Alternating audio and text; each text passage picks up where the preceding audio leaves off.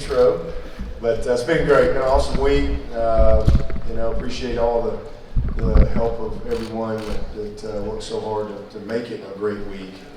We just kind of show up and things are ready, and we go to practice and all that stuff. But I know there's a lot of volunteers that really make it a seamless week for us. And then we had some weather, so we had to go over and practice at Arizona State one day, and that worked out perfect. So it's been a good week. The guys are excited. I got a chance to spend a little time last night with the Ohio State staff, Coach Day, and really enjoyed that. I had a lot of opportunity to be around Coach Day, and just a genuine guy, and enjoyed dinner last night. So it's been good. We're healthy. Everybody's excited about playing, and looking forward to a great night Saturday night. It's going to be a heck of a ball game. Two great teams that I think really are kind of mirror images of each other in a lot of ways, and probably come down to a few plays. Great, thanks, Coach. We're going to open it up for questions here. We do have mic runners. Olivia's here to my right and Sarah's to my left, so if you please raise your hand, we'll call on you. And then if you could just please identify yourself by name and outlet for Coach, that'd be helpful. So we'll start with Dennis over there on the left. Hi, Dabo. Dennis Stott, CBS Sports Digital. I wonder if you have someone that just tracks roster management now with guys being able to leave after 4 games or retain their eligibility. They can leave after 3, transfer portal. Has that changed on your staff? You said one person track that? Hang on. Come back in with that one more time. You have someone on the staff that just tracks roster management. Oh, me. You're looking at him. I'm your roster management guy. Pretty much starts and ends with me. And that's it. How hard is that now that guys can retain a year after leaving, playing 4 games and leaving after 3? It really hasn't been that much of a challenge for us at this point. I'm sure, maybe if I was somewhere else or at a different stage in our journey at Clemson, maybe it would be more challenging. But it really hasn't been that big a deal for us at this point. And we don't sign grad transfers. So I don't recruit the portal yet. There may come a day, I have to reserve the right to change my mind if I have no idea. I may have 20 guys pack up and leave one day, but have not recruited the portal. And, the guys that we have had transfer, the great majority of them are graduates. And, I think, again, when you graduate, it just creates more options for you. And if that's something that they want to do, I've always supported that. I don't always agree with it, but I always support that, and wish them well. And then we've only had the one issue with Kelly on the 4-game thing. So really just haven't had much experience with it, and really has not been a distraction for us. We'll go over here to Seth. Gary McDaniel, Clemson Sports News. Coach, a lot of folks talk about the skill positions in this game, but the big to us, we look at the offensive line, defensive line matchup here, especially the matchup between Jackson Carman and Chase Young. What can you say to Jackson when you talk to him about that matchup? It's must-see TV. I mean, their DL is special. I mean, they look like our guys last year. I mean, and not just that they have, some superstar type guys, but they have depth. They got a lot of guys. I mean, listen, they take that number 2 out, 11 comes in. He's pretty good. There's not a lot of drop off. That guy's really good, twitchy. Same thing in their D tackle, and they bring 67 in there, and they're just deep, and they're experienced. They can get pressure on the quarterback. They have been able to get pressure on the quarterback without having to bring pressure. I mean, they don't blitz very much. I mean, they're probably the least blitz team we've seen all year, but they haven't had to because of their skill and talent up front. So it's must-see TV because we're pretty good in the offensive line. They get a lot of sacks. We don't give up many. They get a lot of tackles for loss. We don't give up many. So it's a great matchup. It's the way a game like this should be. Our strength is our offensive line. Their strength is their defensive line. And everybody gets kind of enamored with the quarterbacks and the wideouts and these DBs and all that stuff and these great backs. But that'll be quite a battle right there to watch all night long. And hopefully we're going to lose some of them, but hopefully we can win a lot more than we lose throughout the night. But it's going to be a huge challenge. But our guys are excited. I mean, you want to play the best, and Jackson and Tremaine are excited about the challenge. Greg? Hey, Coach Greg Moore, Arizona Republic USA Today Network. Good to see you. So obviously, this is not your first time here. It's not your first time playing this program. I'm curious how much the last game has factored into your preparation. How much has it been discussed? How much are the players aware of it? Yeah, it has zero to do. 2016, the college rosters turn over pretty quick. 3 years is a lifetime in college football. So, nobody's been here with the exception of our fourth-year juniors.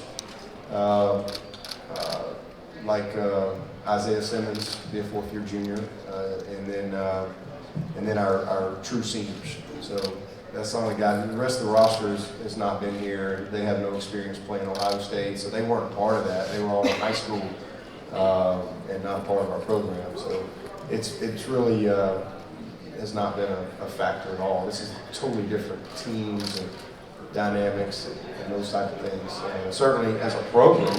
You draw from your experience and your history as just from a program standpoint, but from this roster, there's just not a lot of carryover from that game. Thank you. Right now, Coach. Hey, Coach. Jason Clary with the Greenville News of Greenville, South Carolina. You guys are in a period of unprecedented success in your program. What can you say to all the fans that no matter where you guys go in the country, we'll travel with you and we'll come to see you guys play? Well, just how much we appreciate our fan base. I mean, it's one of the things that makes Clemson special and unique is we have an unbelievably passionate fan base that show up. I mean, you come to any home game. People sometimes will say, "Hey, Coach, I want to catch a game." Oh, what's a good one? And I always just pick one. They're all good. And, our fans show up. It doesn't matter who we play. I mean, it's awesome. Whether we're playing UNC Charlotte or Florida State or whoever, it's always a great crowd. And then when we go on the road, same thing. Tremendous support. I know we'll have a good crowd out here. I know it's a long way. But they'll show up and make their presence known. Leave some $2 bills all over Arizona, I'm sure. Stuart Mandel from The Athletic. Dabo, sometimes when you're describing the way people around the country view your program, you use that phrase, little old Clemson. I'm wondering, what are the origins of it? What exactly does it mean when you describe things that way, describe your program that way? Yeah, I mean, I've been saying that for a long time because we are little old Clemson. If you've been to Clemson, we only got about 14,000 people in our population there, and I don't know, about 20,000 students maybe. So it's probably the biggest stadium per capita in the country, for the city that it's in. It's just a little old Clemson. It's just a small town, small college atmosphere, but yet, you've got this 80+ thousand seat stadium and 150,000 people roll into the town on the weekends. It's incredible. But then they all leave, Monday through Friday we kind of have our own world. And it's just a small, we have one of everything. Two of a few things. We've got like a Starbucks, we got, a Walmart, a Publix, we have about one of everything. And so there's just a simplicity there that's unique. I think there's a quality of life in Clemson that's really special. So we're just little old Clemson. And we've been that way for a long time. That's something I used to talk to the team about all the time 11 years ago when I got the job and say, we're little old Clemson, but we got everything we need to compete at the highest level. And we're going to build a big program, and we've been able to do that. I know, Bill Rubinowitz from the Columbus Dispatch. Another question about Jackson Carmen. Ohio State doesn't lose a lot of Ohio kids that they really want. How did you pull that off, and how well is he playing? Well, we got two. So I tell you, Matt Bockhorst is going to be, he's already a great player, but man, when John Simpson gets out of here, he's going to step in and fill that void pretty quickly. And that's a strong comment because John Simpson is an All-American player, but Bach is a great player in his own right. And so, you know, Robbie did a great job. First of all, we try to reach out to the top guys in the country, and as our brand has grown, we get a lot of reciprocation, you know, these days, you know, and a lot of times early on you reach out to guys and they'll be like, Clemson, where's that, you know, or no, I'm not interested, or whatever. You just move on. But now our footprint and our brand has allowed us to get a lot of reciprocation from a lot of these players. Jackson was a guy early on that was like, yeah, I'm interested in Clemson. I'd like to go see it. So his coach brought him down, and Coach Krause brought him down, and it was a great visit, just the first visit and meeting, and so he was just always interested, and we were just always in his schools.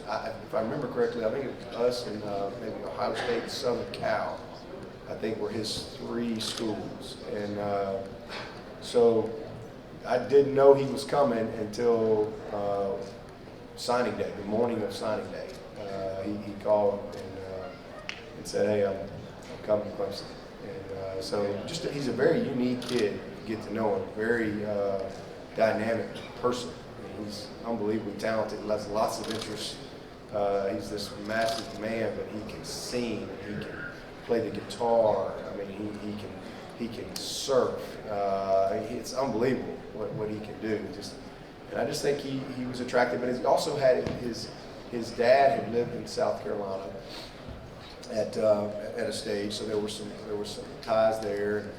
And you know, in the end, I think he just felt comfortable with our program. He's a great player. He was a first-year starter. Played a lot last year, backing up Mitch Hyatt, and but a first-year starter, and I think as good as we've ever had, and has the potential to be really, really special. Over here, got his hands full Saturday though. Hey Coach, Christopher Bell, East Valley Tribune. I know you guys don't have anybody in your roster currently from Arizona, but I know you've been recruiting the West Coast pretty hard the last couple of years. How do games like this in 2016 kind of refocus your recruiting efforts and whether or not you're going to invest a lot of resources into the state of Arizona in the future? Yeah, and you know we don't invest a lot of resources, you know, so to speak, just like coming to Arizona. We just go wherever. You know, there's no real set place. But we talk about building it inside out, and we're going to recruit Georgia, North Carolina, South Carolina, Tennessee, Virginia, Maryland, Florida, Alabama. You know, that's kind of our area, if you will. And but what has happened is, you know, I mean, like we just signed, you know, a pretty good quarterback out of California, and we weren't recruiting him. And his coach tells the story. You know, I think he had, I don't know, 1 million offers as a sophomore or something like that. And Coach Negro was talking to him about, you know, hey, is there a school out there that you like that maybe it's not? And he was like, yeah, Clemson. You know, and you think about it. I mean, you know, he's 16 at that point. In the last 9 years, he's grown up watching little old Clemson, and so we get a lot of that. These kids have grown up watching us, and they're interested. And so his coach actually reached out to us, and of course Streeter looks at him and, wow, yeah, he's pretty good. So we don't really just like go say, all right, let's go recruit all of California or Arizona or whatever. But we do track who we think are the best players and reach out. But what has happened is a lot of these kids have reciprocated. So we signed Joseph Ngata out of Sacramento area last year. So back-to-back years we've signed a kid from California for the first time in the history of our school. And so it's not about just going and getting guys. It's still for us about the right fit, and you know, just fitting our program, the core values of our program, the expectations, the value of education, those type of things. And it's been pretty cool to be able to see our reach grow. So yeah, I mean we'll come to Arizona, we'll go to Alaska, We got a young man coming from Canada this year, so super excited about that. Great. Thank you very much. We invite the media to come up now and speak with Dabo from the stage.